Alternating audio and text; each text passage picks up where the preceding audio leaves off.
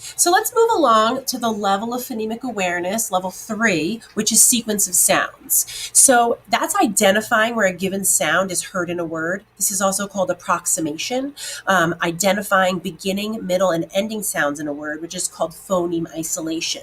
Let's also remember that trajectory for identifying those beginning, middle, and ending sounds does not go in that order. We always start with children hearing beginning sounds first, then they hear ending sounds, and then they hear middle sounds. So that's the progression. I'm going to show you an example of a mystery question where students are matching the middle sound. So let's take a look at that now.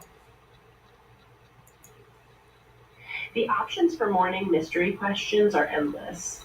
So this mystery question, you'll see we are trying to match middle sounds. You see the Elkonin boxes. We have map with 3 sound boxes underneath, mop with 3 sound boxes underneath, and fan with 3 sound boxes underneath. The question mark is in the middle sound because this is basically a phonemic awareness activity only. I only want the children to manipulate and match the sounds. So the children will come up with their study buddy or alone, and they will usually use their arm to do the sounds, and they will sound out map, ah, or they can touch the boxes for each sound, and they want to match that middle sound, ah and map. So they will sound out mop, and they will sound out fan, and they will match the sound. Now, say this class struggled, tomorrow I can actually flip-flop and use fan again. Fan can be my top card. I can put map on one side. I can put mop on the other. It is okay to revisit, especially when they're struggling with that middle sound identification. Okay, so if you notice, to keep this a phonemic awareness activity, I did not use any letters. I could have put to make this a phonics activity. You can use that card, say map at the top, and you can put letters, E or A. What's the middle sound that you hear? But instead, I wanted to do phoneme matching and keep it a phonemic activity. The next thing I'm going to show you in a video clip is how to appropriately use the Elkonin boxes for definitely some more tricky words, words that have blends. Bread. Ed. Bread. Truck. Truck. Truck. Snake.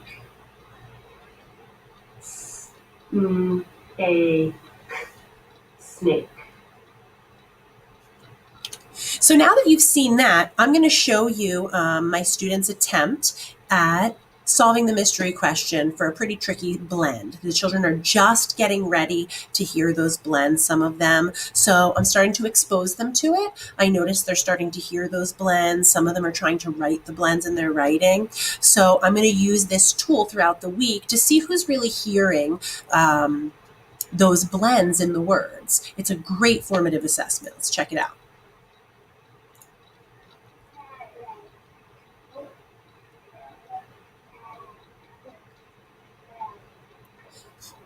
Notice one child's using their arm, the other one's using the Elkonin boxes.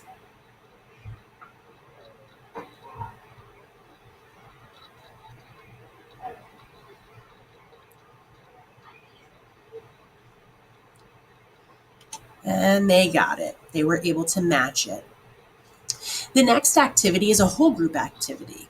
Using sequence of sounds, I asked them to identify which word had the medial sound of as in egg. Pig. Everyone ready? Pig. Ready? Let's all do it together. Pig. Pig. What's the middle sound? Oh, let's try the next one. All right, the next one is leg. Leg. What's the middle sound? Pig or leg? Leg says in the middle. Excellent. We say that was a great whole group activity. We do this together often. Even just breaking down those phonemes and words on the arm is so important. This is more of a higher level where you're identifying that medial vowel. Let's see. So there's some misconceptions when using these L-Conine boxes. So I want to identify specifically what a digraph is and what a blend is. So digraphs, there are two types of digraphs. We have consonant digraphs and vowel digraphs.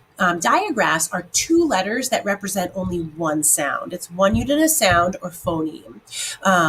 That goes for these consonant digraphs as well as the vowel digraphs. So let's take a look at that using the word sheep.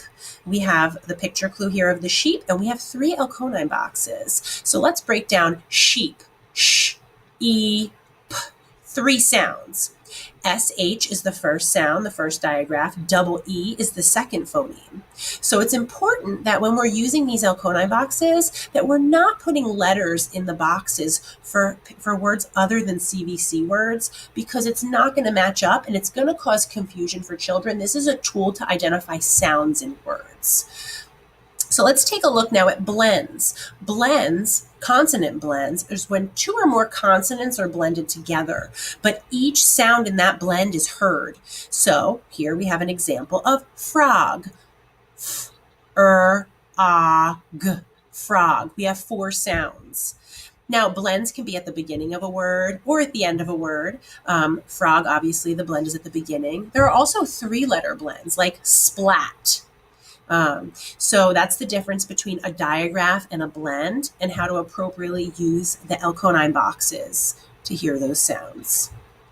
The next level of phonemic awareness is the separation of sounds. I'm going to show you an activity where the students have to count the number of phonemes after identifying each of the phonemes in a word. You can give them a word, or you can use a picture clue. I used picture cards in this activity. Let's watch. The first word is pig. Use and touch the boxes to figure out how many sounds are in pig. Oh, do you think you have it? How many sounds are in pig? 3. Excellent. All right, now let's watch this guy. How many sounds are in kite?